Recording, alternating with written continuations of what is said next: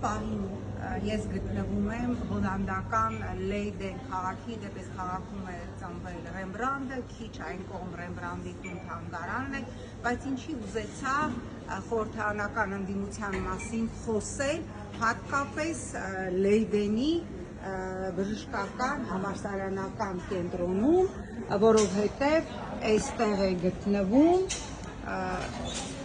Մարգարետ վան Բրեվորտի շատ հայտնի ժդունը, սպասողը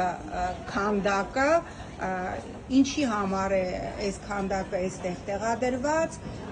իր հերթին սպասող պացիենտի արձան է սա,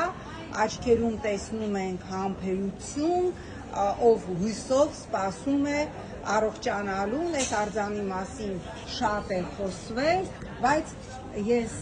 որոշեցի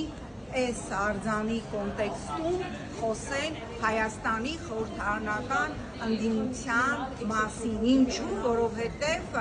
խորհրդարանական ընդդիմությունը ահա այս համբերությամբ սպասում է 2026 թվականի խորհրդարանական ընտրություններին։ Նիկոլը շարժվում է իր օրակարգով, խորհրդարանական ընդդիմությունը սպասում է 26 թվականի ընտրությունների։